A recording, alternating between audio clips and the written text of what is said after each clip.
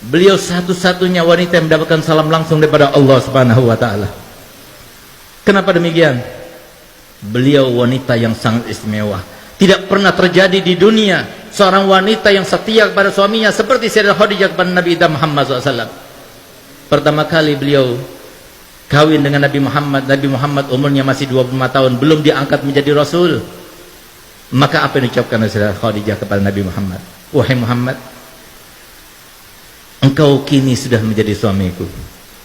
Maka mulai saat ini, rumahku ini rumahmu, hartaku hartamu, dan aku adalah budak perempuan. Beliau ucapkan yang semacam itu bukan cuma ucapan bualan, tapi dibuktikan semenjak beliau menjadi istri Nabi Muhammad, semua karirnya ditinggalkan, semuanya difokuskan kehidupannya hanya untuk Nabi Muhammad. Nabi Muhammad diberikan harta yang banyak, diberikan ini, sodakokan, dipinjamkan, silaturahmi, sampai ketika Nabi Muhammad diangkat menjadi seorang Nabi dan Rasul, beliau sudah tidak punya. Sampai suatu waktu di sela-sela dakwahnya Nabi Muhammad SAW, beliau pernah ketika masuk ke rumah Sayyidatuna Khadijah, Sayyidah Khadijah sedang menyusui Sayyidah Fatimah. Begitu dia melihat, tertegun matanya. Karena apa? Ternyata air susu yang diminum oleh Sayyidah Fatimah berwarna putih bercampurkan merah. Kenapa? Karena beliau sekeluarga Nabi Muhammad dengan Sayyidah Khadijah dan Sayyidah Fatimah tidak makan 3 hari 3 malam, sehingga tidak keluar lagi air susu yang berwarna putih. Di saat itulah Nabi Muhammad SAW meneteskan air mata, tertegun. Tapi setelah itu, seperti kebiasaannya, setelah selesai Sayyidah Fatimah diletakkan tidur, maka Nabi SAW seperti biasanya tidur di atas pangkuan Sayyidatuna Khadijah. Ketika dia tidur terlelap, tiba-tiba Sayyidatuna Khadijah meneteskan air mata yang menyebabkan Nabi Muhammad bangun karenanya. Ketika dia bangun, dia melihat Sayyidatuna Khadijah dalam keadaan menangis. Maka dia tanya, "Wahai Khadijah, engkau menyesal karena telah mengawini aku?" Apa jawabannya? "Tidak, wahai kekasihku. Tidak, wahai kekasihnya Allah. Aku menangis karena dulu waktu aku kaya, karena dulu waktu aku berpengaruh, karena dulu waktu aku punya, aku kerahkan semua yang aku punya untukmu, untuk dakwamu. Sekarang aku tidak punya apa-apa. Aku yang membantumu, aku tidak punya apa-apa. Kalau penyesalan itu ya Rasulullah, kalau engkau anggap aku menyesal karena telah mengawinimu, dengarkan perkataanku.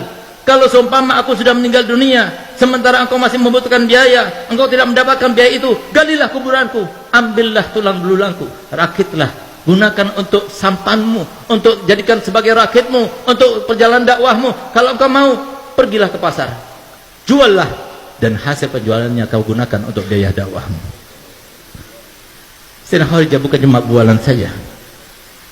Sampai detik-detik akhir umurnya, ketika beliau dalam keadaan sakaratul maut, yang bahkan beliau tersenyum pun sudah tidak bisa, yang dengan kesaksian Nabi Muhammad dan sumpahnya Nabi Muhammad, "Demi Allah, seumur hidupku aku tidak pernah melihat Sayyidah Khadijah melakukan suatu tindakan, mengucapkan suatu ucapan yang membuat hatiku risau dan galau karenanya. Demi Allah, aku tidak pernah menginginkan sesuatu untuk dilakukan oleh Sayyidah Khadijah kecuali sebelum aku utarakan, beliau sudah melakukannya untukku." Beliaulah ketika beliau dalam keadaan menanggung rasa sakit yang luar biasa ketika sakaratul maut, maka beliau meneteskan air mata di depan Sayyidatuna Fatimah dan Sayyidatuna Ummu Kulsum yang hanya berduaan yang menjaganya Sayyidah Khadijah. Di saat itulah ketika melihat tetesan air mata, maka Sayyidah Fatimah berkata kepada ibundanya, "Ibu, engkau merasakan sakit karena sakitmu?" "Kalau tidak, tapi aku menangis karena memikirkan ayahmu. Kalau aku sudah meninggal, siapa yang akan memasakkan untuk ayahmu? Siapa yang akan mencucikan baju untuk ayahmu? Siapa akan menyenangkan hati ayahmu? Siapa akan menghilangkan gundah ayahmu?" Maka Sayyidah Fatimah berkata, "Ibu, semua yang kau lakukan, aku akan melakukannya untuk ayahku." Subhanallah, sehingga pantas Sayyidah Fatimah dijuluki oleh ayahnya Ummu Abiha, ibu dari ayahnya sendiri. Setelah Sayyidah Khadijah meninggal dunia, semua yang dilakukan oleh Sayyidah Khadijah, semuanya dilakukan oleh Sayyidah Fatimah. Subhanallah, di saat-saat beliau sedang berkeluh kesah semacam itu, tiba-tiba terdengar suara ketukan yang sangat halus, tidak keras, tidak mengagetkan mereka. Begitu kedengaran suara ketukan yang sangat halus tersebut, maka langsung isi rumah itu Sayyidah Khadijah, Sayyidah Fatimah mengatakan, ayahmu datang, bangunkan aku, bangkitkan aku. Sayyidah Khadijah duduk sudah tidak kuat, tapi minta pada Fatimah supaya ditopang dengan lututnya, supaya kelihatan seakan-akan dia duduk.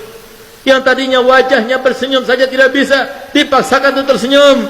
Sehingga ketika Nabi Muhammad datang melihat Sayyidah Khadijah dalam keadaan semacam itu, dikiranya oleh Nabi Muhammad Sayyidah Khadijah dalam keadaan sudah baik, sudah enakan. Maka Nabi Muhammad, kalau begitu aku akan meneruskan dakwahku. Dia keluar kembali. Setelah keluar beberapa langkah ke depan, tiba-tiba Sayyidah Fatimah membuka lagi pintunya dan memanggilnya, Abah, Abah, ibu sudah meninggal dunia. Sampai detik-detik akhirnya tidak mau melihat Nabi SAW dalam keadaan risau. Inilah akhlak ahlul bait. Ini akhlak yang diajarkan Nabi Muhammad SAW kepada anaknya, kepada istrinya. Semuanya berkorban untuk apa? Meraih ridhonya Allah. Mahal ridho.